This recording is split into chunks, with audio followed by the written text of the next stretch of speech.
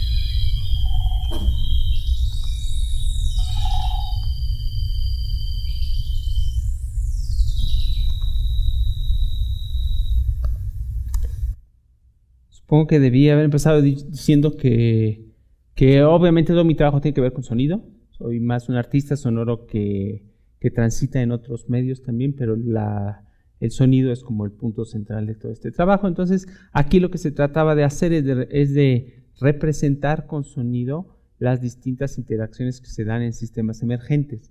Este tipo de inteligencia que se da, por ejemplo, en enjambres de abejas, que se da en colonias de hormigas, que se da en bancos de peces, en los cuales no hay una jerarquía, no hay un líder particular, y simplemente, como vemos en las parvadas de pájaros, cuando se hacen todas estas figuras que transitan en el cielo, en donde de repente uno es el que lleva, digamos, como la dirección, y después se van alternando entre ellos.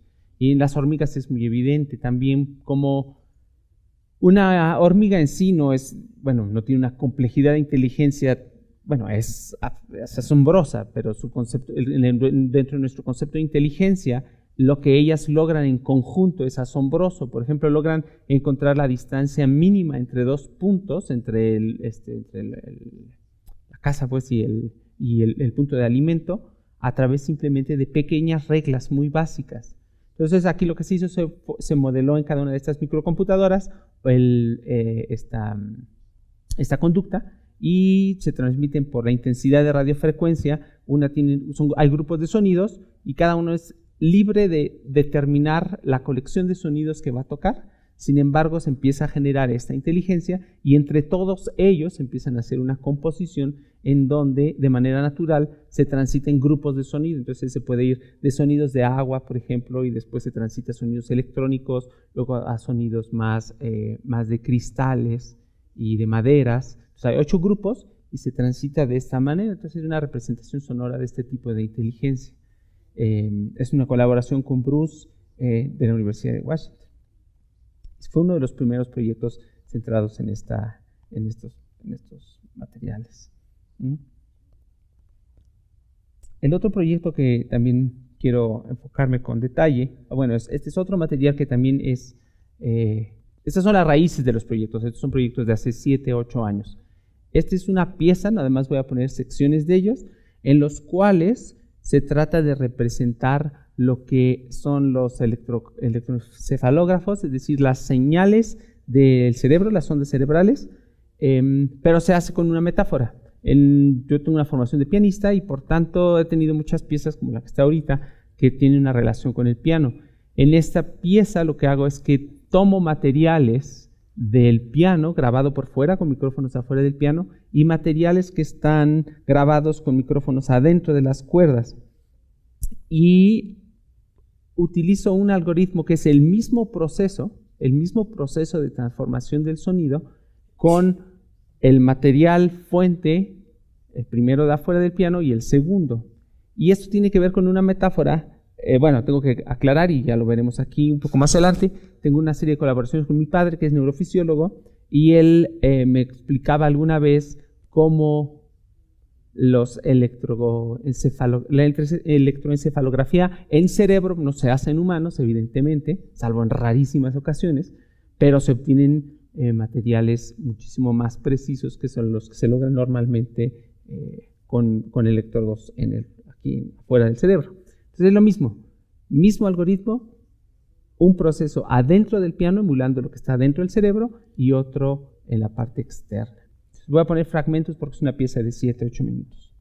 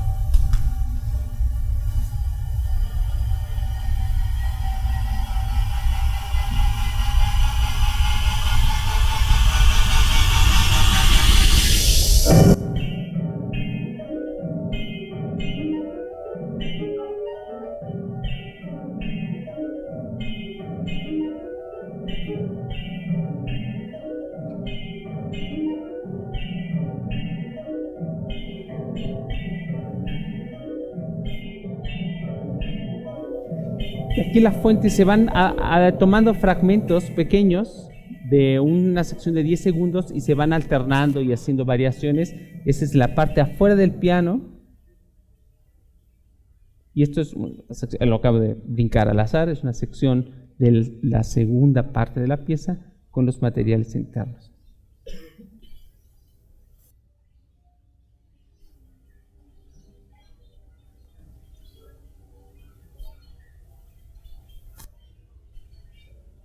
Voy a saltar a otra sección.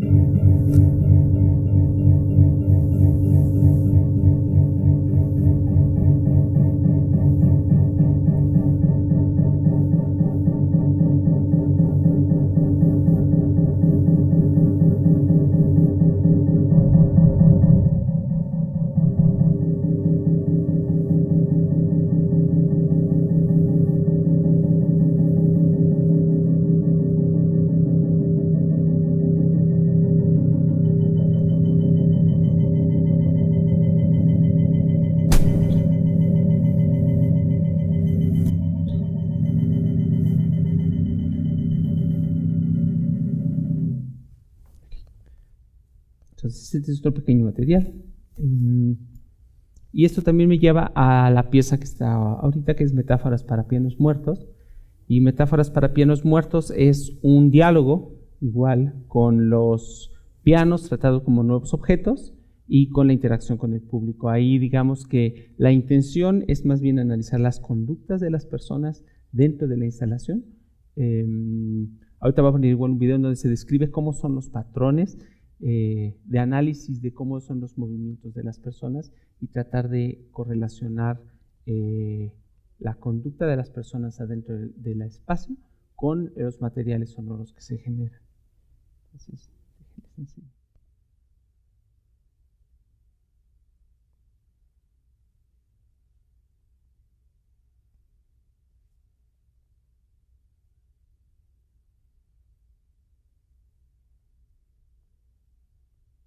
está el audio, perdón.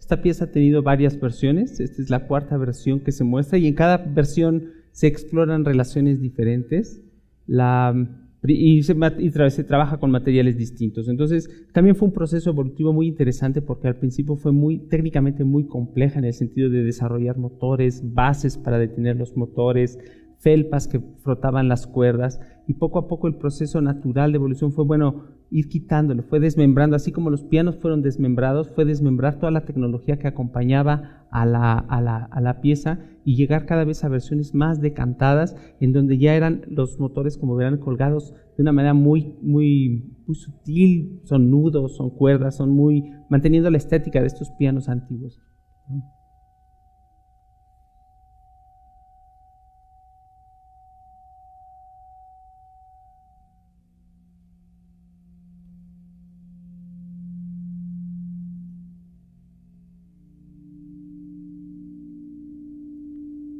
También se juega un poco con todo este concepto a través de estas redes neuronales que hay aquí, de estas interconexiones. Entonces, arriba de la pieza hay una matriz de sensores, son 32 sensores, y con eso se hace una manera muy intencionalmente precaria de sensar movimiento, como un contraste a la sofisticación de las cámaras en donde tenemos la cantidad de personas precisas o el movimiento preciso. Aquí se juega más bien con la metáfora de los movimientos, ¿no?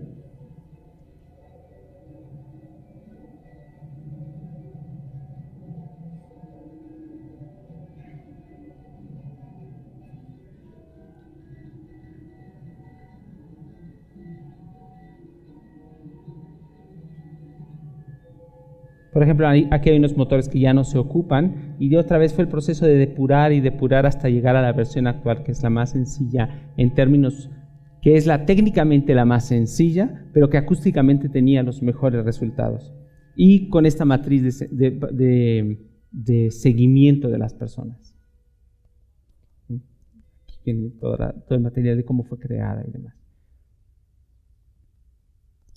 Y por último, me gustaría enfocarme sobre todo a esta pieza. Esta pieza es nuevamente una colaboración con mi padre. Ya habíamos participado de una u otra manera en la parte técnica de las otras piezas, pero en esta digamos que la metáfora es sobre todo en relación a su trabajo. Entonces, la explico brevemente y vamos viendo el video. Él es investigador y hace estudio con neuronas. Él estudia la epilepsia y él estudia sobre todo ratas, ¿no? Pero su trabajo en los últimos 15 años ha sido estudiar la transmisión de una única neurona. Cómo es que una neurona se conecta con otra neurona y cuál es su comunicación. Entonces se produce un potencial eléctrico, básicamente. Él tiene toda la infraestructura, el laboratorio con los amplificadores, los manipuladores y las pipetas para poder registrar una sola neurona. Entonces del cerebro del animal a estudiar, perfora con la pipeta y obtiene una señal que es muy distinta a la del electro, por ejemplo. En el electro obtenemos la suma de todas las neuronas y se obtienen las curvas que probablemente han visto. En este caso son pulsos, y estos pulsos cambian.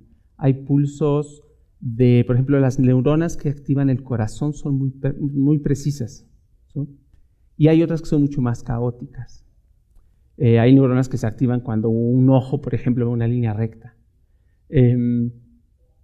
Entonces, en este caso, lo que yo hago es tomo la señal, la amplifico y empiezo a hacer una pieza sonora con esos materiales, ¿no?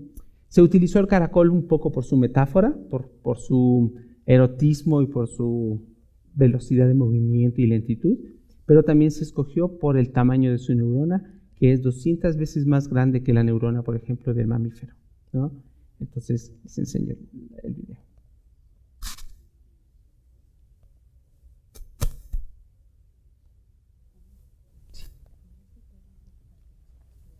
Ah, sí, claro.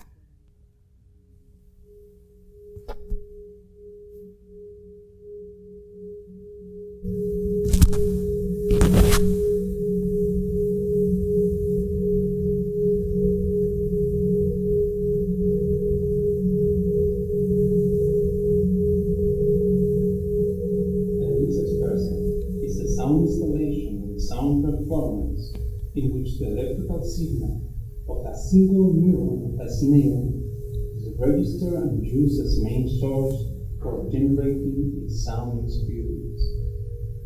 The artistic goal of this work is to make evident through sound our internal consciousness and emphasize one of the elements that constitute our perception of reality, the neuron. After all, this type of cell is the minimal unit of our central nervous system, and its activity reflects the behavior of a neural network with dynamic, expressive, and intelligent behavior.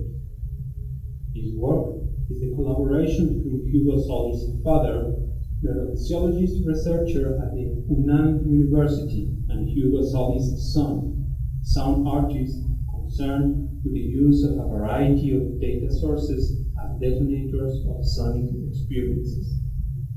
Elis aspersa is the scientific name of the common snail. Its erotic and slow movements and the size of its neurons make it ideal for the poetic and scientific goal of this artistic project, in which the equipment of a neurophysiological laboratory is placed in the gallery or auditorium. During the performance, the pipette is created and placed on the micromanipulator. The cerebroid ganglion, conformed by neurons with approximate size of 300 micron each, is maintained alive with a Ringer's nail solution.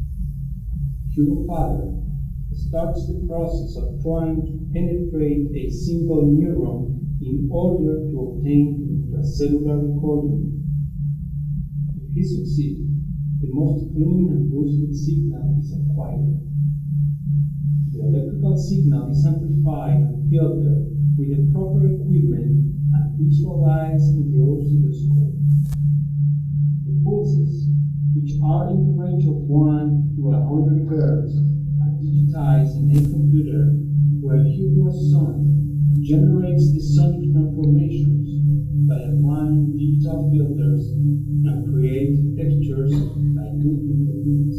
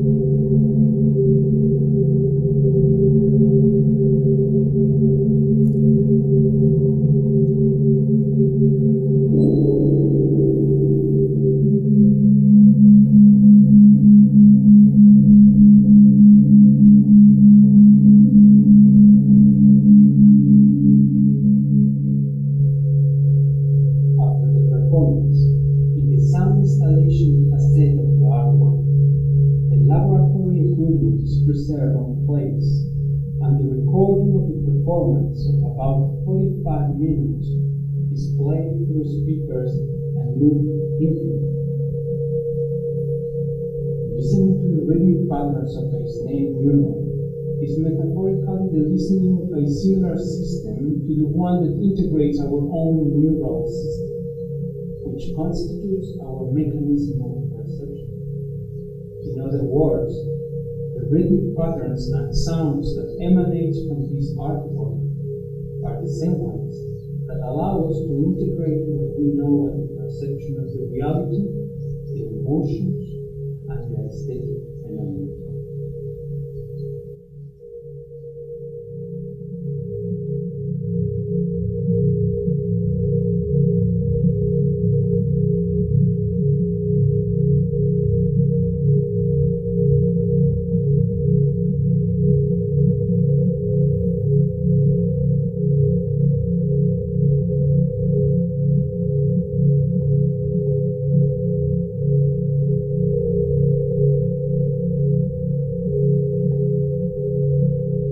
Estamos oyendo muchas de las capas de los pulsos que se producen con las neuronas, ¿no?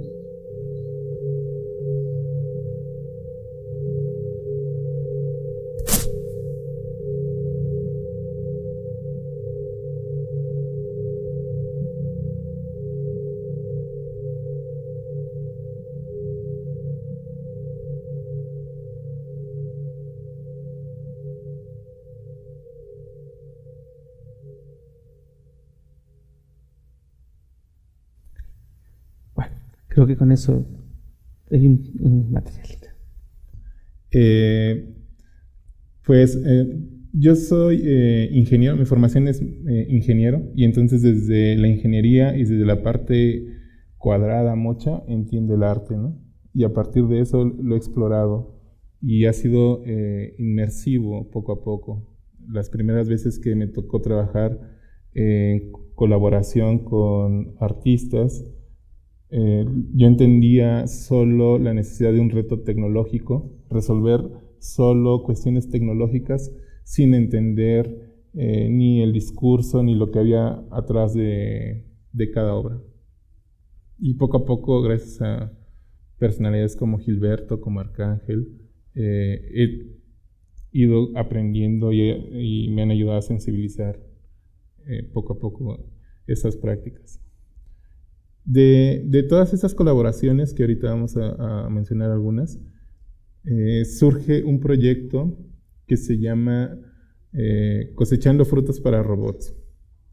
Esto tiene que ver con esta necesidad de las colaboraciones en las que he tenido, la cuestión de cómo obtener energía para los diferentes dispositivos autónomos, de qué manera hacer eficiente esto.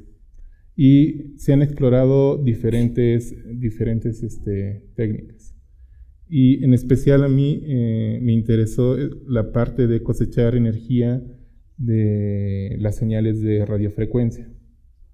Entonces así surge este proyecto del cual les voy a hablar. Entonces, Cosechando Frutas para Robots trata de una reflexión de cómo apropiarse de esas tecnologías para después volcarlas a las aplicaciones tecnológicas de manera creativa dentro del arte. Y en realidad traigo como mi documento completo. Y más que nada tiene que ver con esta reflexión de ver la energía como desde una problemática social, ¿no? Como una necesidad. La energía es parte fundamental de nuestra vida cotidiana.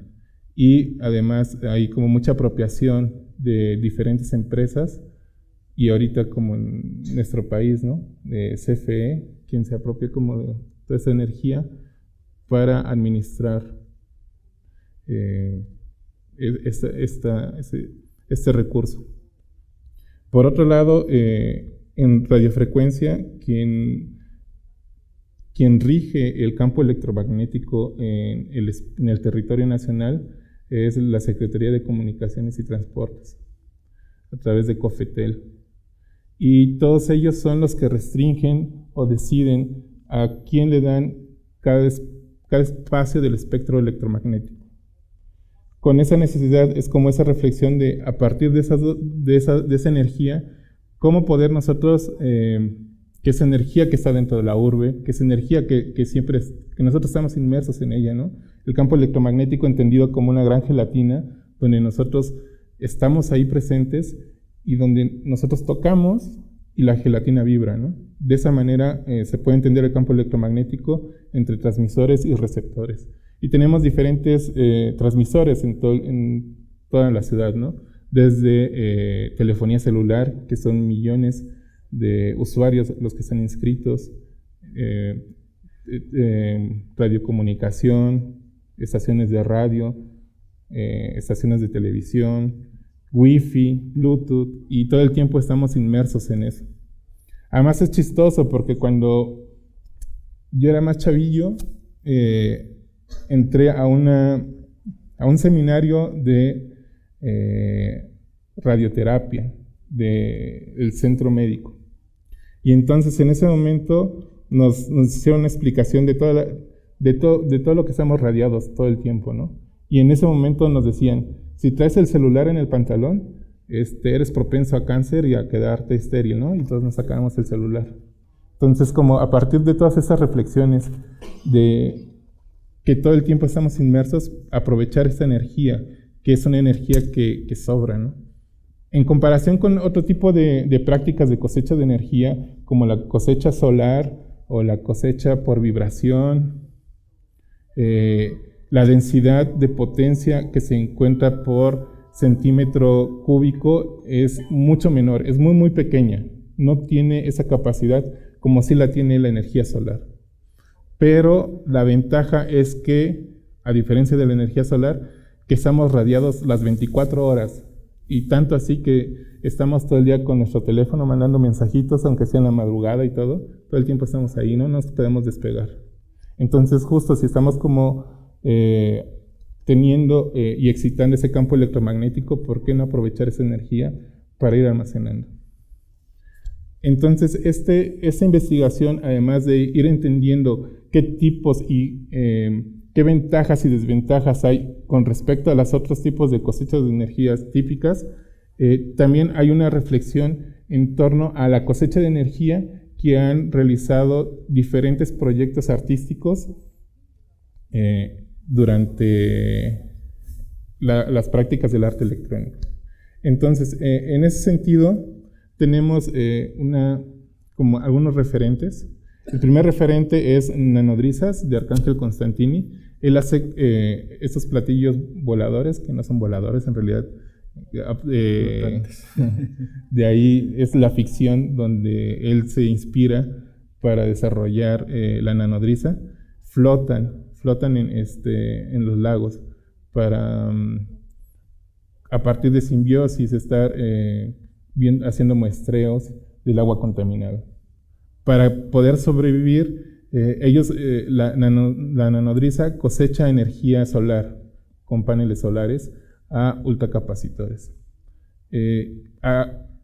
Son como mis primeros acercamientos a la cosecha de energía, y es como empiezo a entender esta problemática que surge, que la eficiencia de cosecha de energía o de transformación de energía no es tan alta como uno desearía, ¿no? En ese momento también tuvimos problemas hasta de alguna tecnología, como que me ha tocado como que sale tecnología y que no la podemos traer a México justo porque hasta estamos como rayando en el absurdo de que es tecnología de uso restringido, y si no mandamos como la carta al proveedor, no nos hacen llegar el material necesario, ¿no?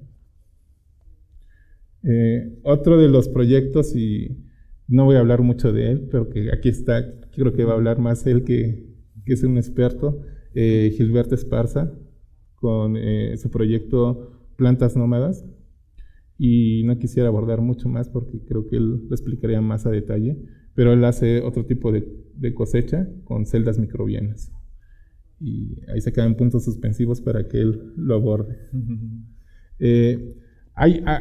La cosecha de energía siempre la consideramos, o siempre la tenemos como en concepción, ya en términos tecnológicos, como esa transformación o esa captación de diferentes fuentes del medio ambiente para después convertirlas en voltaje de corriente directa y almacenarlas en baterías, ya sea para su uso inmediato o para el uso posterior.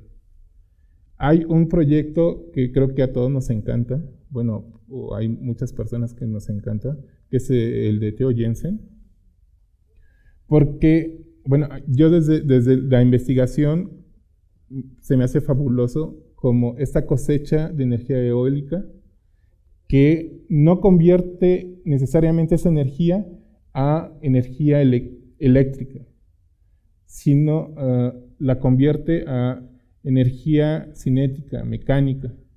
Cosecha a partir del viento en botellas de PET, empieza como fuelles a llenar aire a las botellas de PET, y luego genera todo un mecanismo como pistones y fuelles para dar movimientos a las patas y a sus animales, le llaman, ¿no? Sus animales vivientes de la playa. Entonces es súper fascinante, ¿no? Así como que es el referente, punto. Hay otro proyecto de Eric, que es el de parásitos energéticos. Ese proyecto lo trata como artefactos con material reciclable. Y entonces estos artefactos siempre tienen o un motor o un ventilador que todo el tiempo están dentro de la urbe, pueden ser en las escaleras del metro, y a partir del rotor que va conectado al motor va cosechando esta energía de actividades cotidianas, ¿no? A un tranvía le pone este artefacto con imanes, y a partir del aire con el ventilador empieza a almacenar esa energía como dínamo. Entonces a partir de eso tiene diferentes artefactos, tiene celdas solares para que cuando prendan las luces de halógeno pone adelante sus celdas solares, y en la noche está cosechando energía, ¿no? De su propio auto. Es otro tipo de abordar este tipo de prácticas de la cosecha de energía. Y este referente me gusta muchísimo. No tiene nada que ver con cosecha de energía, pero sí tiene que ver con la otra parte misteriosa, que es el campo electromagnético, ¿no? Que ese campo electromagnético en el que les digo que es inmerso y que yo lo comparo como una gran gelatina, lo hace visible las señales de Wi-Fi. Las señales de Wi-Fi, hace un barrido de esas señales de Wi-Fi. El proyecto es de Timo, y lo que hace es una gran vara de 4 metros con LEDs, y lo que va censando es la intensidad de la señal Wi-Fi dentro de un recorrido por la calle. Y entonces se ve de repente como estas señales o este halo de luces que se va haciendo, y hay momentos en que la señal Wi-Fi no está presente y hay un claro, ¿no? Y todo lo demás está iluminado. Y entonces me recuerda, porque yo hacía como este juego todo el tiempo, y creo que todos los hacen, cuando todos tenemos la necesidad de conectarnos y estar ahí conectados al gadget, en el chisme o en lo que quieran, ¿no? Y estamos ahí como súper conectados y de repente, se me fue el wifi, y entonces te mueves tantito. Eso mismo, pero llevado como a algo visible, ¿no? A algo tangible. O sea, lo que realmente está haciendo tangible y visible ese espectro del que todo el tiempo estamos siendo útiles. Por eso es como importante para mí, porque a pesar de que no cosecha energía, sí hace evidente ese espectro al cual me aboco para hacer la cosecha de energía. Como les decía, hay muchas y diferentes fuentes de cosecha de energía, pero en especial la investigación tiene que ver con antenas de transmisión de celular, porque es irónico, son de las antenas que transmiten menos potencia, pero son las que se replican más dentro de la ciudad, ¿no? Todo el tiempo estamos más invadidos por estas células, por eso se llama telefonía celular, ¿no? Estas células que son como paneles de abejas que están rodeándonos por toda la ciudad, están replicadas estas antenas, y entonces a partir de eso se hace mucho más práctica este tipo de cosecha. Desventajas o ventajas dentro del proyecto y abocarme a cuestiones de telefonía celular es que no hay datos que uno pueda corroborar de cuál es la frecuencia específica a la que trabaja cada compañía y en qué potencia, porque pasa eso curioso. O sea, yo tengo algunos datos, pero más allá de, no por un dato oficial, sino por un conocido que trabaja bloqueando señales de celular en los penales, tiene sus medidores, ¿no? Medidores de señal. Y a partir de eso, él es como mi infiltrado, ¿no? Él me pasa toda esa información y yo soy feliz. Y me presta sus juguetes, pero no es porque sea una información libre que tendría que ser, ¿no? Tendría que ser reglamentada. Cofetel tendría que encargar de eso. El diagrama de cómo se cosecha la energía en radiofrecuencia es dividido en 6 grandes bloques. Uno, construir una antena. Lo primero es que hay que construir una antena a la frecuencia que nosotros queremos cosechar la energía. En DF, Telcel está a una frecuencia de entre 842 MHz a 892 MHz en la banda baja, y en la banda alta de 1028 a 1283. Son los datos que tengo extraoficiales. Y entonces la antena se tiene que elegir justo para este tipo de frecuencias. Se elige a esa frecuencia. Después hay un acoplamiento de circuitos y una rectificación de onda, porque esta es una onda alterna. Hay que rectificarla a una señal de corriente directa para poderse almacenar un convertidor de corriente directa que nos eleva esa señal, que es una señal muy baja, y inmediatamente el circuito de carga que manda a la batería. Y básicamente este circuito se repite, por lo menos desde la rectificación hasta la batería. Lo único que cambia para el tipo de cosecha es el transductor. En este caso el transductor que se usa en RF es antena, pero por ejemplo para el caso de Gilberto serían las celdas microbianas, para el caso de Arcángel la celda solar, y más o menos es la misma estructura, ¿no? Cambian evidentemente algunas cuestiones técnicas que hay que ajustar, pero el circuito de cosecha de energía es básicamente ese. En ese momento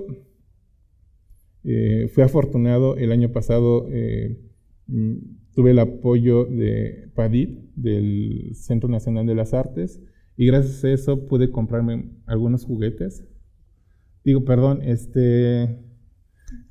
Material para hacer esta investigación, y se consiguió un kit de cosecha de energía de una marca específica, y la ventaja de esta marca es que te dan todo el kit, te dan como el simulador de una antena, después una antena que transmite a 915 MHz como una antena de celular, envía datos todo el tiempo, y después circuitos con antenas que a estas antenas se le llaman antenas de superficie porque son planas, son antenas de circuito impreso, y a partir de la distancia que hay entre la antena, las dos antenas, es el punto determinante de cuánta energía se puede cosechar o no. Y a partir de eso se hicieron varios experimentos, se recibieron datos, hay un sensor, todo este tipo de cosecha en realidad de energía no surge porque tenemos los gadgets. Antes de los gadgets eran como, surgieron los circuitos de bajo consumo, y bajo esa necesidad y la necesidad de estar gastando energía en baterías, se produce esta nueva ola de cosecha de energía. Y entonces, como es mínima la cosecha en este momento de RF, ahorita se está modelando solo a circuitos de bajo consumo, y en ese sentido tengo un sensor que consume poca corriente y poco voltaje, y este módulo de sensor vive a partir de esa señal de 915 MHz, y de ahí transmite datos que va sensando, que es temperatura, humedad, luz, y hay una entrada de un sensor extra que se puede acoplar. Se reciben esos datos, y a partir de esos datos, a través de processing, se hizo un ejercicio básico de tener variaciones dentro de una visualización de datos de cómo es el comportamiento de esa cosecha de energía. Y si no están aburridos, les presento un fragmento del video. En realidad es una prueba, no es que tengamos un video pro todavía. Es como una de las primeras pruebas. Y ahora se los pongo.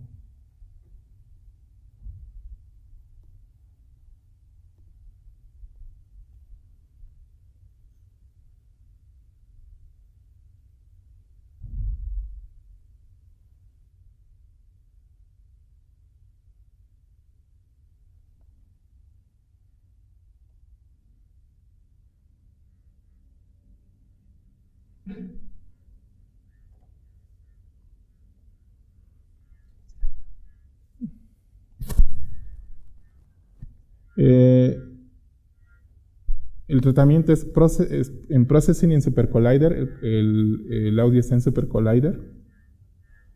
A partir de pulsos, generar una simulación de un ruido eléctrico, y la esfera, el radio de la esfera va cambiando dependiendo de la intensidad que hay entre las antenas que recibe y que transmite. Y los colores van cambiando a partir del sensor de luz, y el brillo a partir de la temperatura y la humedad.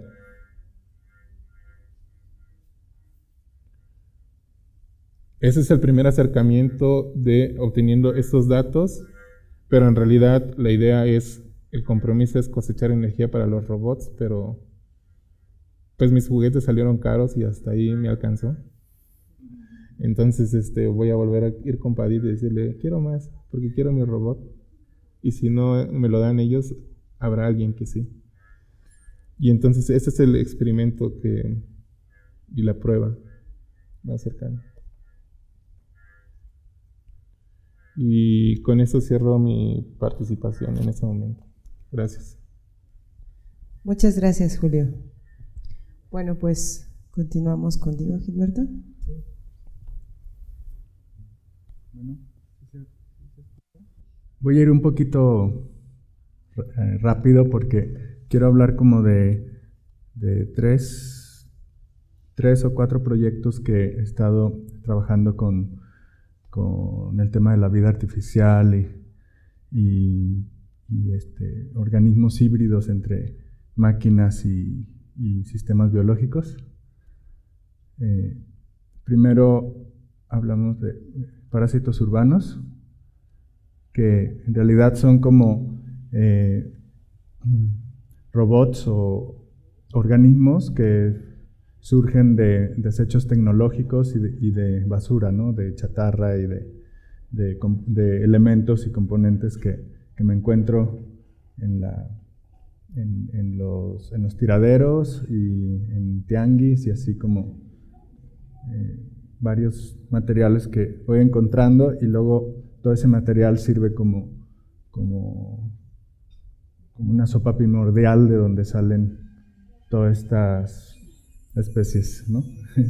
Este proyecto inició en el 2006 y bueno, lo que hacemos es, como se ve en el video, ¿no? Juntar materiales como metales de pantallas de plasma, y después con un diseño y cortes láser y así empezamos como a hacer las piezas mecánicas.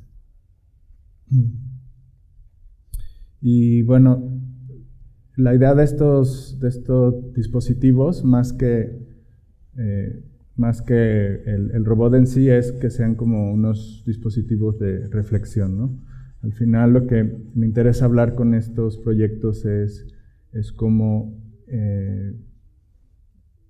qué pasa con todos estos desechos tecnológicos que estamos generando, ¿no? Y todo este consumo de tecnología y del obsoletismo programado y todas estas como estrategias de mercado, ¿no? Que tienen las empresas de tecnología. Y bueno, uno de los proyectos es los pepenadores, que son como unos pequeñitos robots que surgen de entre la basura que encuentro en ciertos sectores de la ciudad, principalmente en zonas como República El Salvador o zonas donde venden este tipo de cosas, de aparatos tecnológicos, o donde los arreglan. Pues normalmente el tipo de basura que ves en las esquinas de las calles son basura tecnológica, ¿no?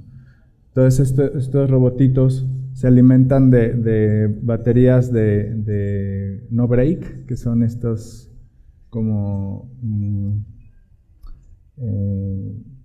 sistemas que pones para que tu computadora tenga un tiempo de energía mientras se va la luz. Bueno, estos aparatos normalmente se descompone el sistema, pero las baterías que quedan adentro pues quedan funcionando, ¿no? Entonces aprovecha esa energía que queda en esas baterías. Luego están las mosquitas, las moscas, que son vibradores de teléfono celular, donde le quitamos el vibrador y le ponemos una hélice y un pequeño filamento que es con el que se alimenta, y bueno, hacemos intervenciones en varios sectores de la ciudad, ¿no? En el metro, en mercados, en calles. Y bueno, también como la interacción, ¿no? que genera con los transeúntes. Y bueno, y la mosca también simbólicamente siempre se relaciona con un cadáver, ¿no? Entonces siempre están también en estos cadáveres tecnológicos, estas mosquitas surgiendo de ahí, ¿no?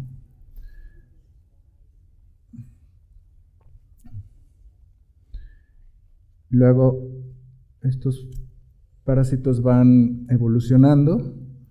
Este se llama maraña y es también una especie de helminto que tiene movimiento y vive en las luminarias de la ciudad, ¿no? Y lo que hace es alimentarse del mismo poste de donde está la luminaria, o sea, se roba la energía del poste y la luz la utiliza para generar sus sonidos. Entonces, con su movimiento y su acercamiento a la luz, genera como distintas frecuencias sonoras y con eso se comunica con otros de su especie que le contestan y es como un diálogo ahí que los vas viendo. Luego el colgado, que está hecho de pedacera de PVC, de tubos. Y bueno, vive directamente en los cables, ¿no? Que es justamente su fuente de energía. En el poste hay unos cables con unas terminales de acero inoxidable que vienen como de la energía del poste. Entonces este bicho tiene unos colmillos y cada que necesita cargar su batería va y se enchufa de la corriente, ¿no?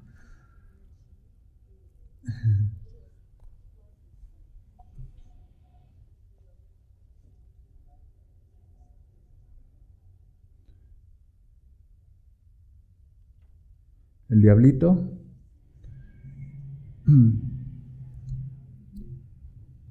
El diablito es como el más evolucionado. Esta es una versión anterior que estuvo viviendo un mes en Lima. Y bueno, era como muy divertido ver cómo reaccionaba también la gente cuando se encontraba con esto, ¿no?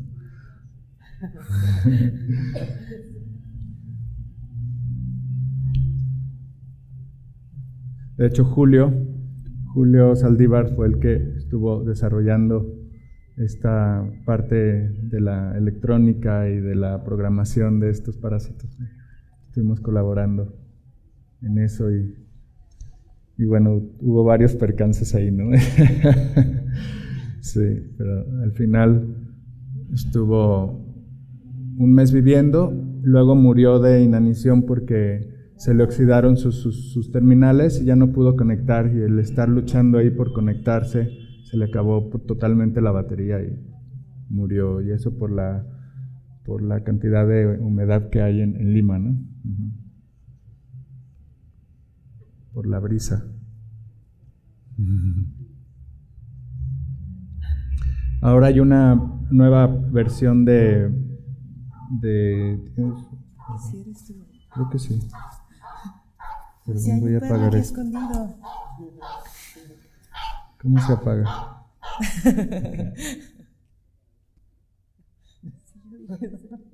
Ya está.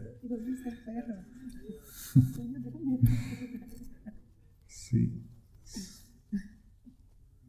Un perro mecánico. Pues algo así. Y bueno, ahorita con los parásitos lo que estamos haciendo es una taxonomía. Invité a dos biólogos y un filósofo para empezar a hacer como una descripción científica de cada uno de estos parásitos, con su nombre científico, como su hábitat, su anatomía, su no sé qué, pero desde el punto de vista biológico, ¿no? O sea, al final como jugando con esta idea de qué es la vida y cuál es como su límite entre lo vivo y lo artificial, y cómo cada vez se va haciendo borrosa esa línea, ¿no? Luego viene este proyecto que es como el eslabón perdido de uno que tuve después, que se llama Plantas Nómadas. Se llama Perejil buscando al sol, y viene de una reflexión de pensar en qué pasa con otros organismos que viven en los entornos urbanos, ¿no? Y es un perejil que normalmente tenía 1 hora y media de luz al día, pero gracias a esta prótesis o esta como evolución hace que el perejil pueda tener 5 o 6 horas de luz al día, porque todo el tiempo está siguiendo la luz, ¿no? Entonces es como encuentra una manera de poder sobrevivir en estos entornos que son como difíciles para estas especies.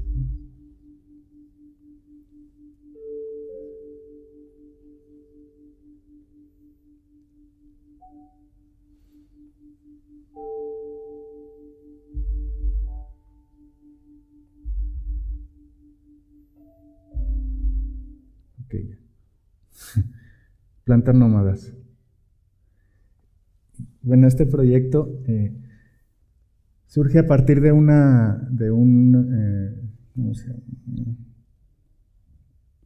comunicado de unos científicos que publican que estaban desarrollando una tecnología para obtener energía eléctrica a partir de bacterias, de aguas contaminadas.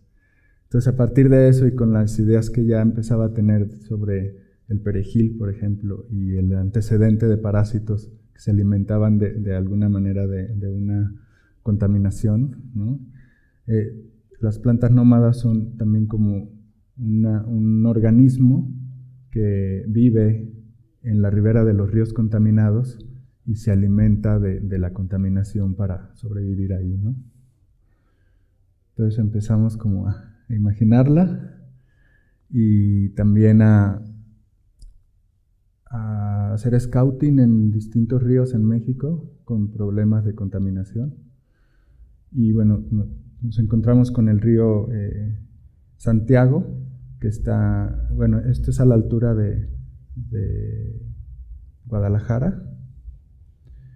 Y bueno, es un río que nace acá como el Lerma, llega hasta el lago de Chapala y continúa hasta el mar, ¿no? Entonces es como un río muy, muy importante en México y bueno, está agonizando. Y de ahí pues tomamos muestras de agua, vimos como cuál era la vida que había en el río y bueno, nos encontramos con buenas, más o menos buenas noticias dentro de lo fuerte, que era que además de las bacterias que son las que invadieron por la cantidad de desechos orgánicos que hay, químicos, hay un montón de bacterias que se acaban el oxígeno y entonces se mueren colapsa todo el ecosistema del río, ¿no? Se mueren los peces. Este colapso es de un día para otro, o sea, de pronto amanece ya un río plateado y son puros peces flotando. Y bueno, y todo el tiempo el río está intentando recuperarse, ¿no? Pero la cantidad de desechos es mayor a la capacidad de los microorganismos de biodegradar. Entonces, hay unas bacterias que también ayudan a biodegradar los desechos orgánicos y también algunos metales pesados, que es la Geobacter, pero tiene la capacidad de producir energía, o sea, lo que hace es, cuando se alimenta, libera electrones. Y con esos filamentos crean como biopelículas en la superficie, ¿no? en los sedimentos del río, y entonces desde ahí empiezan como a absorber todos esos nutrientes que encuentran en el agua.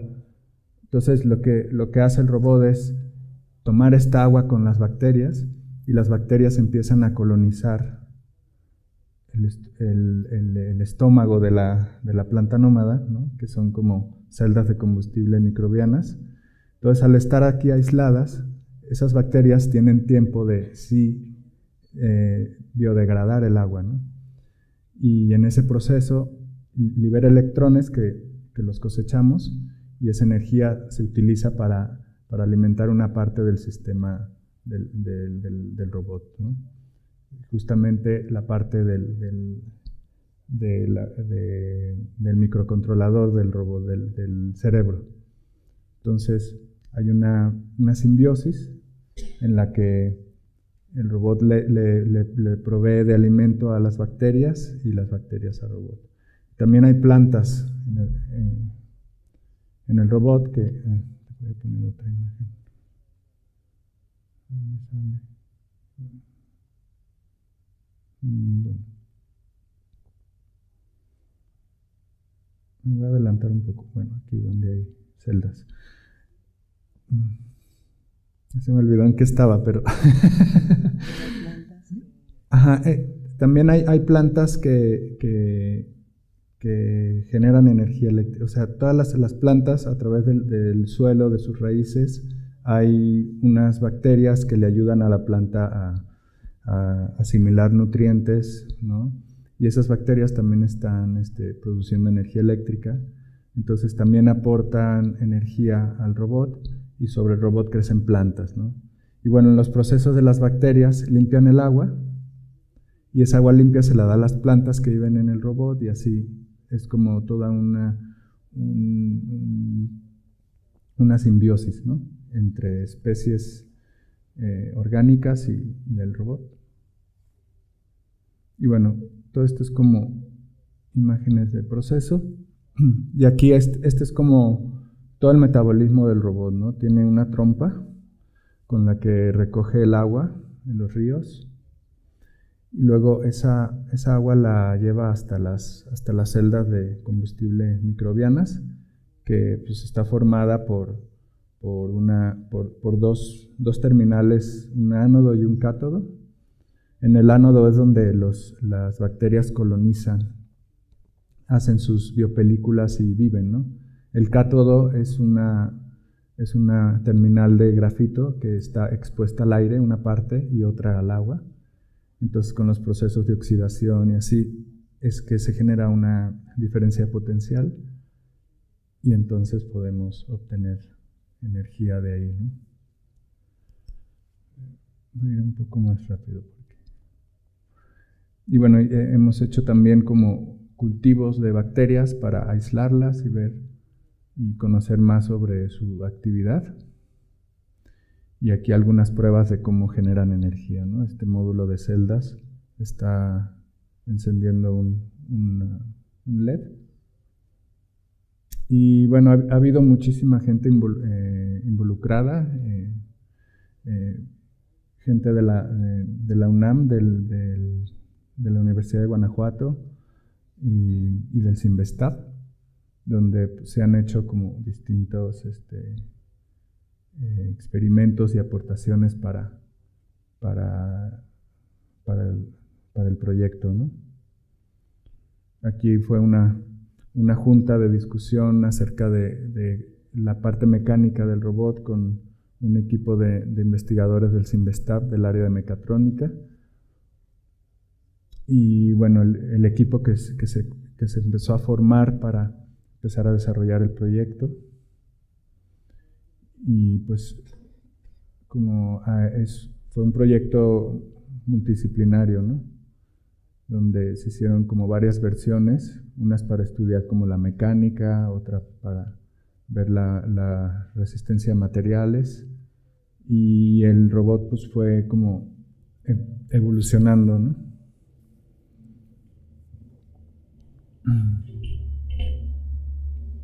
Esta que es la última versión ya es de fibra de carbono, y en realidad los materiales es porque queremos optimizar al máximo el consumo de energía, ¿no? Del robot. Entre más ligero, menos consume. Entonces ese material nos permitió aligerarlo bastante. Y bueno, y también sus estructuras, que tienen como muchos huecos, también ayudan. Y esta fue una de las veces que lo soltamos en el río Santiago, y estuvo una semana ahí donde nosotros reprogramábamos, lo íbamos como arreglando y adaptando al entorno. Y bueno, aprovechamos para hacer un documental de todos sus procesos metabólicos.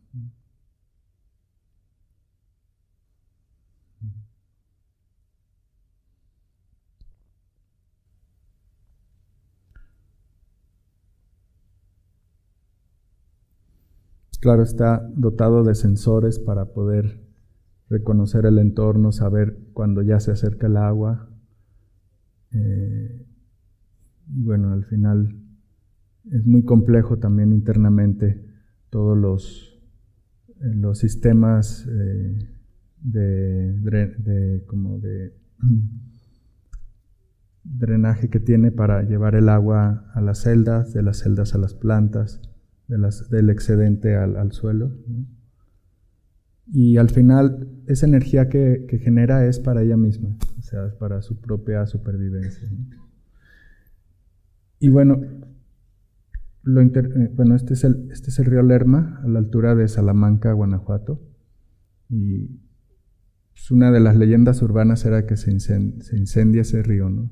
Entonces ya investigando, pues efectivamente encontré algo de evidencia. Y eso es por la cantidad de hidrocarburos que tira la refinería al río.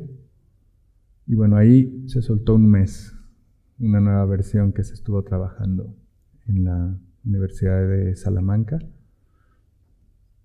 Y ahí estábamos día y noche. Y lo que nos interesaba realmente aquí era esta intervención como un detonador de la discusión acerca de la problemática del agua en esa ciudad, ¿no? Entonces se empezaron a acercar las comunidades afectadas y luego empezó como a correrse la voz y a organizarse más, y empezaron a llegar escuelas y gente de otros estados, y pues hablábamos sobre el tema, ¿no? Como que era como un tema que ya estaban como acostumbrados a ver el río así, y al ver cómo esta planta nómada vivía y cómo transformaba estos contaminantes en vida, entonces abría esa esperanza otra vez y detonaba el que se retomara este tema, ¿no? Y bueno, en todos los procesos ha habido como distintas exposiciones donde el museo se convierte en una extensión del laboratorio, donde también hacemos líneas de investigación, ¿no? En el caso del Carrillo Gil se hizo como una recreación del río y su topografía, y estuvimos monitoreando cómo la planta nómada se adaptaba a ese entorno y se comportaba, ¿no? Aquí hay una página. Y luego ahora estoy en un nuevo proyecto que se llama Plantas Autofotosintéticas, que también tiene que ver con esta línea de investigación sobre aguas residuales, sobre problemáticas con el agua. Y la idea es un organismo, no tiene movimiento, lo que hace es más bien autorregularse, ¿no? Es como un organismo que también convive con celdas microbianas, aguas residuales y un núcleo donde hay todo un ecosistema de vida, ¿no? De plantas acuáticas, microalgas, protozoarios, varias especies, ¿no? Y bueno, aquí hay como un diagrama de cómo es que funciona este sistema. Alrededor de ese núcleo que ven ahí son módulos de celdas microbianas. En la parte superior tienen unos contenedores donde guarda el agua residual, y esa agua residual es el motor para que este ecosistema se autorregule y sobreviva, ¿no? Entonces, esa agua pasa a través de todas las celdas microbianas que están en los módulos, y luego al final de ese proceso, que dura más o menos 10 días, llega a unos filtros mecánicos, y después esa agua más limpia va al núcleo, que es donde vive todo este ecosistema, ¿no? Y luego este ecosistema también genera sus propios desechos, y esos desechos se llevan otra vez a las celdas, y entonces empieza a hacerse como un circuito cerrado, ¿no? Pero siempre con una entrada de energía, que es el agua residual. Esta es más o menos la distribución de la pieza, vista cenitalmente. Y bueno, y cada uno de esos módulos corresponde a un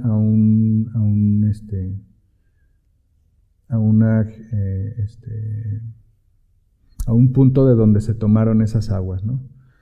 La primera vez que se mostró hace unos meses es en Lima, en una exposición en la Fundación Telefónica de allá, y lo que hice fue hacer un scouting en la ciudad de Lima y visitar los ductos principales de la ciudad, ¿no? Los ductos de desagüe. Entonces, desde el satélite se ve ahí como hay una mancha por donde sale un gran porcentaje de los desechos. Entonces, ya con todas esas muestras se llenó cada uno de los módulos y esta es ya la instalación completa, ¿no? Tiene como varios sistemas de autorregulación, sensores y así. Y bueno, en el núcleo lo que hay es una serie de LEDs de alto flujo, y lo que hace cada módulo es cosechar energía durante 2 segundos y mandar un pulso intenso de luz al núcleo. Y esto sucede cada 2 segundos en cada uno de los 12 módulos. Entonces, esta esfera todo el tiempo está recibiendo destellos de luz por todos lados, y eso hace que las plantas que viven ahí hagan fotosíntesis, ¿no? Entonces, es un organismo con vegetales que no necesariamente tiene que vivir en un espacio con luz natural, sino es como una manera de que esa especie pueda expandirse a lugares donde no hay luz.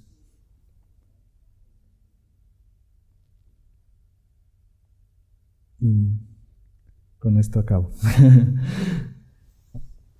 Muchas gracias, Gilberto. Pues Gracias. continuamos con Rinaldo, por favor. Thank you, and thank you, everybody. Could I grab Your headset scan if you want. You have already? You have. Okay. the projector? Aquí. I could begin my La talk computadora, el proyector. Bueno, puedo empezar. goes A away. ver, vamos a ver. Are the El error. reproductive Los humanos son los órganos reproductores de la tecnología. Le estamos dando nacimiento a la tecnología y la tecnología nos da nacimiento a nosotros. Por supuesto, no es la primera vez que una especie ha coevolucionado con la manera que los humanos y la tecnología coevolucionan. Hay muchísimos ejemplos de las especies coevolutivas, y el mejor ejemplo entonces sería en los perros coevolutivos, perros domésticos que vienen 12.000 años de coevolución entre los humanos y los lobos. Y para mí quizá este sea el perfecto ejemplo de la coevolución, porque son depredadores quiero decir, y por supuesto eventualmente ellos se convirtieron en nuestros protectores, en animales que viven cerca de nosotros. Sí.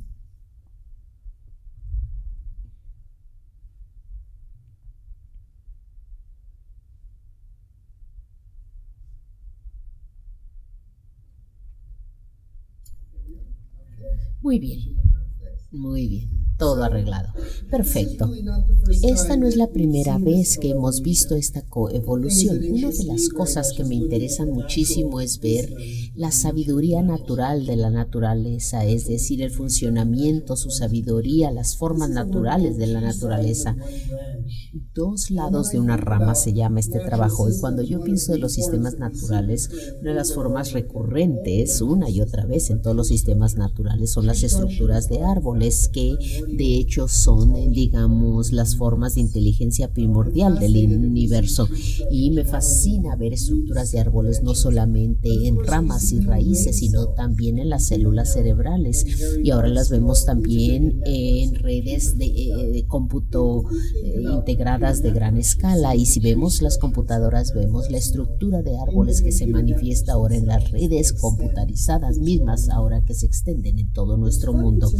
Para mí es muy curioso ver que nos pensamos a nosotros como individuos, y también me resulta muy chistoso que nos vemos a nosotros mismos como unidades únicas de seres, cuando de hecho de manera tan inconsciente tomamos el teléfono celular. Ni siquiera pensamos frecuentemente cuán extraordinario es esto, es decir, que nuestro sentido del yo y de percepción tiene algo que ver con un yo extendido, un yo que va más allá, mucho más allá del individuo, que de hecho es parte de todas estas culturas tecnológicas que nos rodean, esta cultura del hacer las cosas. De hecho,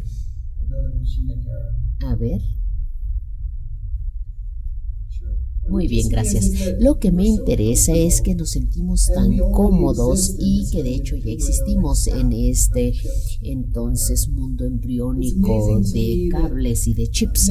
Y me parece interesante que muchos pensamos que no somos cyborgs, pero de hecho sí somos cyborgs, todos somos cyborgs. Somos cyborgs a todos los niveles. Cada uno de nosotros tiene la computadora más poderosa que llevamos en nuestros bolsillos. Nuestro sistema alimentario también está totalmente automatizado. Al ir yendo a la tienda, al supermercado y tomar un producto del anaquel, yo inconscientemente escaneo el producto en un sistema numérico que luego lo toma y automáticamente manda una señal a la bodega, y al estar escaneando mi producto y yéndome de la tienda, alguien ya está colocando otro producto y lo está poniendo también en un camión para llevarlo a la tienda. ¿Cómo podemos sobrevivir como especies? Es difícil imaginármelo sin internet y las interconexiones, el web.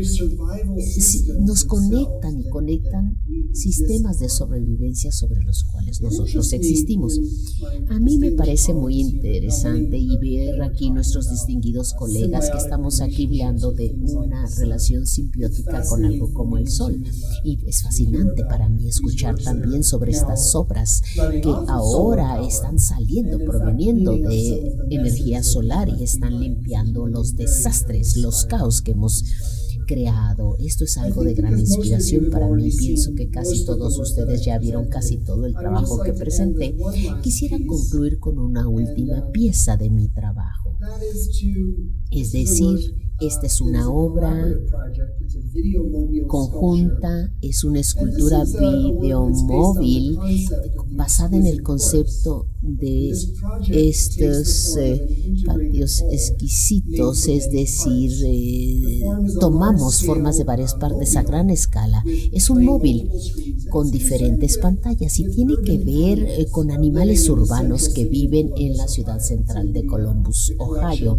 Es una colección que está allí en el Museo de Ciencia y Arte de Columbus, Ohio. Y a nosotros nos interesó este trabajo porque por ver la coevolución entre humanos y animales, entre una especie y la otra, y ver particularmente cómo estamos cambiando la especie que está evolucionando en la ciudad, porque las ciudades son algo que somos muy buenos construyendo, y selectivamente estamos creando varios tipos de animales que viven en estas ciudades. Algunos se sorprenderían al escuchar que hay toda una nueva especie de lobos y de coyotes.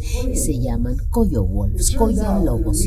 Y sucede que un investigador ha descubierto que de hecho hay más de 2,000 coyolobos que están viviendo en la parte urbana de Chicago. Fascinante, ¿verdad? Nuestras ciudades ahora han causado esta evolución del coyote y el lobo, y ahora es el coyolobo que vive en un ambiente urbano. Y este trabajo tiene que ver un tanto cuanto con algunos de estos asuntos, y pienso que ya hablé tanto esta mañana. Quizá lo que debería hacer ahora es permitir entonces que esto se convierte en una conversación grupal con estos distinguidos colegas que me acompañan aquí en el panel.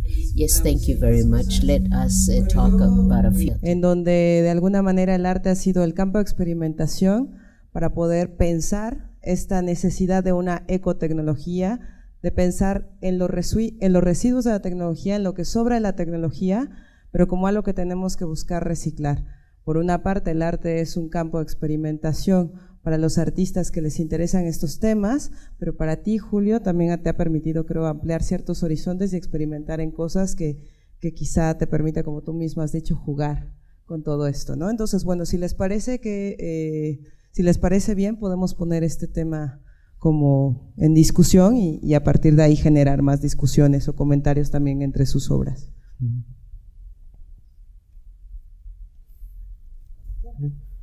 ¿Te gusta? Vale. Okay. Bueno, pues sí, en realidad, a partir de todas esas problemáticas, o bueno, yo como que abordo, y desde la parte como más ñoña, de alguna manera, abordo el arte a partir de problemáticas, ¿no? Y a partir de una problemática específica es que a mí me genera la necesidad de crear, ¿no? Y de resolver. Entonces, con esa determinante es como empieza a abordar este proyecto en particular, como estas dos, por un lado la problemática de tener un espacio o este campo electromagnético libre, pero al mismo tiempo no, porque lo regulan, y por otro lado que es un exceso de energía y un excedente de energía, ¿no? Es un desecho de energía que está ahí y que no se utiliza a menos de que el último usuario desea recibirla o desea sintonizarla, pero de otra manera ahí está todo el tiempo. Y entonces a partir de eso es como es mucha energía como para estarla desperdiciando, ¿no? Entonces yo desde ahí como que la abordo.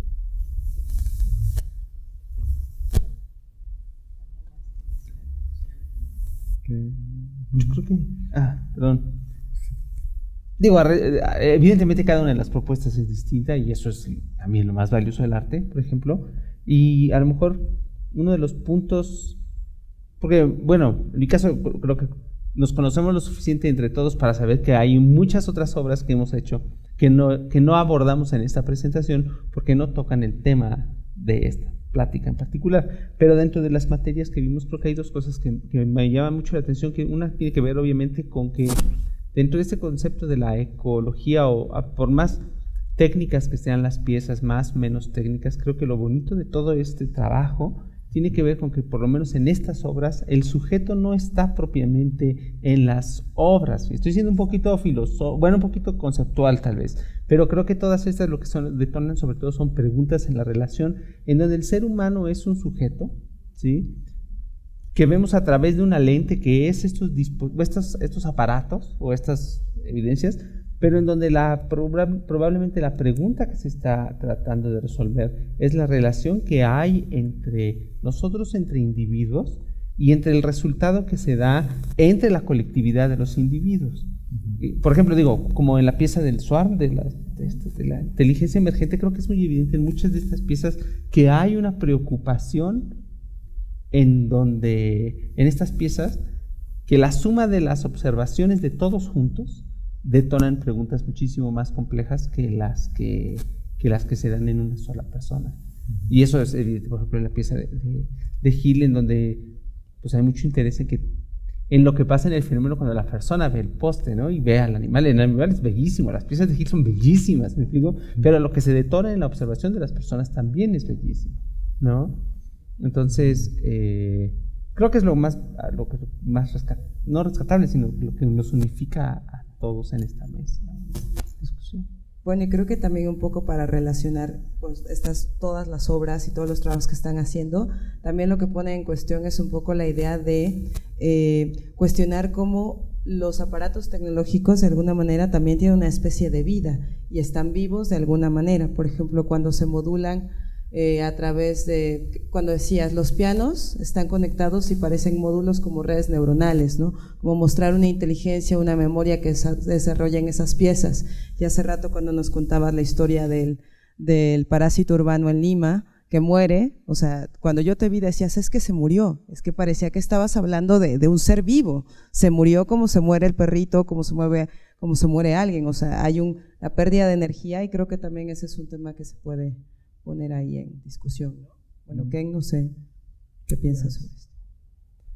Yeah, I think this is very interesting. Esto es muy interesante porque al ver todas estas obras definitivamente son sistemas vivos, vivientes como modelo, pero también pienso que estamos de alguna manera insinuando que son cognoscitivas de alguna manera. Cuando veo las obras de Gilberto también pienso que hay algo que yo llamo conocimiento implícito que está sucediendo. Claro que hay un conocimiento, hay algo cognitivo a nivel fundamental. Tú tomaste una neurona y lo amplificaste y creaste sonido, y hasta cierto punto le estás dando voz a la neurona, le estás dando voz. Yo también trabajé para darle voz a un pez y también para mover el robot, y veo esto como algo que yo llamaría modelos muy tempranos de sistemas cognitivos. Quizá porque pienso que las computadoras son muy buenas en lo que yo llamo conocimiento numérico, muy bueno para los números, las computadoras, pero los números no son seres vivientes. Básicamente los números son procesos para el análisis o la observación de la vida misma y ver la manera en que podemos. Me debo quitar esto, sí. Me confunde estar escuchando mi versión en español de lo que estoy diciendo. Pero bueno, esto es analizar los procesos de la vida, pero yo no los considero ni siquiera vida, sino los protosistemas vivientes. Ese es el modelo, pero estamos en la orilla, en el borde de la vida. Y esto es porque cuando yo pienso en lo que la vida es realmente, como los teóricos analizan realmente, ¿qué tienen todos los sistemas vivos? Todos los sistemas vivos tienen la capacidad de generar otro sistema viviente. Ahorita hablo de protosistemas vivientes y somos protosistemas vivientes porque ninguno de nosotros ha podido crear un robot que pueda dar vida a otro robot. Sin embargo, de cierta manera son parte de las cadenas de reproducción porque nuestras mentes dan vida a máquinas y a prototipos, tal vez cada vez más rápidamente para dar vida a estos chips, a cierto comportamiento, a cierto nivel de memoria. Los sistemas vivos tienen memoria y pueden concebir a través de la memoria del ADN, pero necesitamos un sistema robótico o un sistema prototecnológico que pueda también crear una vida independientemente de nosotros, y entonces yo creo que eso sería mi respuesta hasta cierto punto. Pero bueno, yo veo poesía profundísima en lo que todos están haciendo aquí. Son obras muy poéticas y son una gran inspiración para mí. Ver lo que están haciendo es un honor poder compartir y que me hayan mostrado sus obras. Realmente es maravilloso. Gracias. Bueno, ¿alguien más? ¿Gil o Sí. Julio? Bueno, Gil. Sí. Gracias. Pues sí, de hecho, hay algo que me interesa mucho en todos estos procesos y que me ha como creado todo un imaginario sobre la vida, ¿no? Y yo creo que al final lo que estamos haciendo los humanos es dejando una especie de contaminación que tiene que ver con que es una contaminación o un sedimento que viene siendo la información, la tecnología, y todo esto es como los elementos primordiales para un nuevo tipo de vida que empieza a surgir, ¿no? Así como cuando las bacterias hace millones de años, por su actividad empezaron a producir oxígeno y prepararon el terreno para que otra generación de vida gobernara o viviera en la Tierra. Nosotros también estamos dejando un sedimento que va a ser el nutriente para estas nuevas formas de vida. O sea, estos intentos de hacer organismos vivos cada vez son más complejos, y no solo complejos a nivel tecnológico, sino que cada vez nos basamos más en la tecnología que la misma vida utiliza, ¿no? Que es la biomímesis, ¿no? Es ver cómo un organismo orgánico utiliza ciertos mecanismos para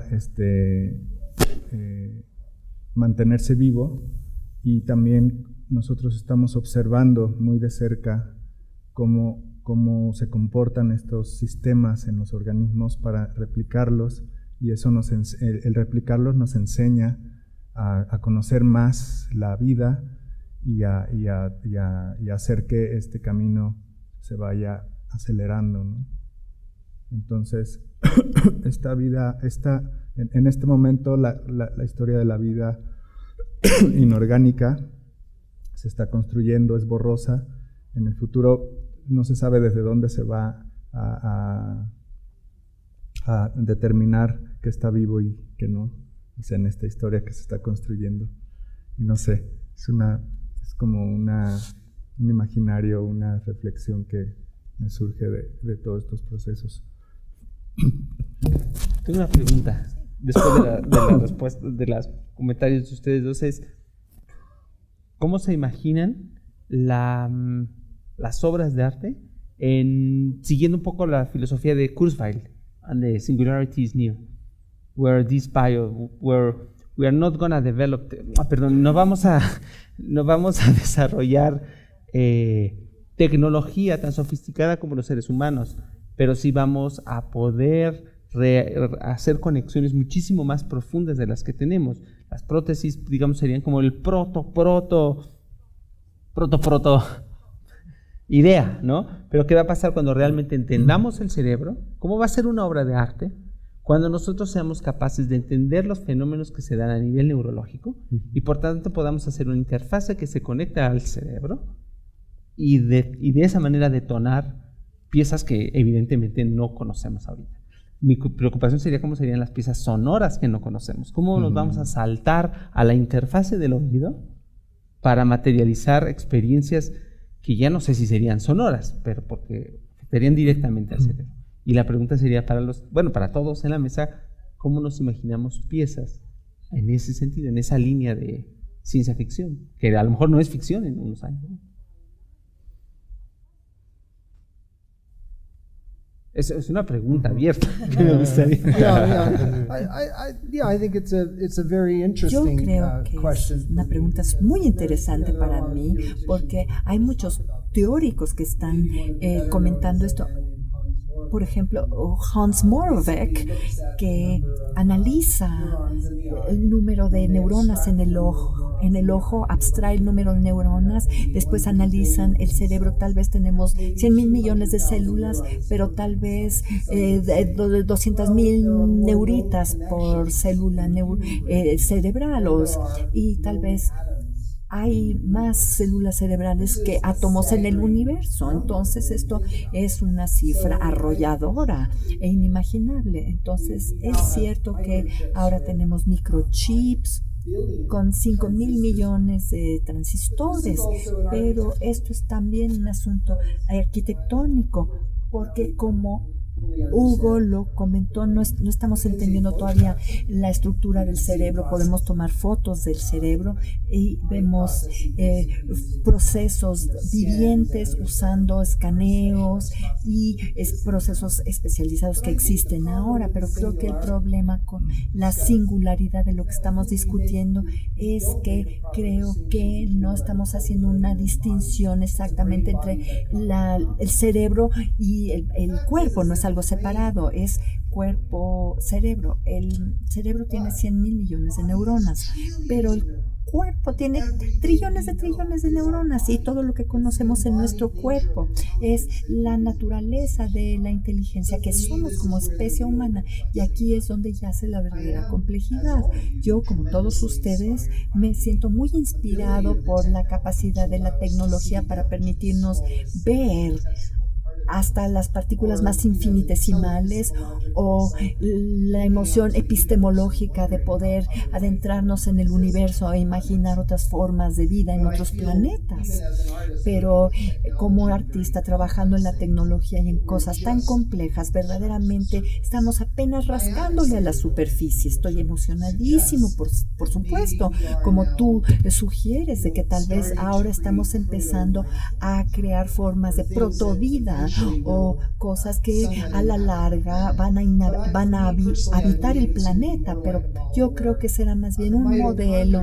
Por ejemplo, las mitocondrias en esencia existen en cada una de nuestras células, y las mitocondrias tienen diferente ADN totalmente diferente a los del ser humano, pero pasamos este ADN de una madre a otra, y podemos rastrear el ADN mitocondrial a cientos de miles de años hacia otras especies. Y de cierta manera yo vuelvo a esta idea de que ahora habitamos la tecnología y la tecnología nos habita a nosotros, y tal vez aquí esto es lo que sugiere Gilberto. Nosotros en esencia nos sentimos muy a gusto en esta bolsa embriónica de chips y cables. Me están amplificando la voz, pero simultáneamente nos estamos proyectando alrededor del mundo con personas que están usando esta tecnología para escuchar esta conferencia desde bien lejos. Y es muy emocionante. Ya no soy un individuo. A través de esta proyección soy una máquina. Y entonces estoy muy de acuerdo con ustedes. Bueno, si no es así, pues vamos a finalizar el panel. Agradezco muchísimo la presencia de todos y pues vamos a darles un reconocimiento por parte del Centro Multimedia y el Centro Nacional de las Artes por haber estado en este panel de discusión que ha sido muy interesante.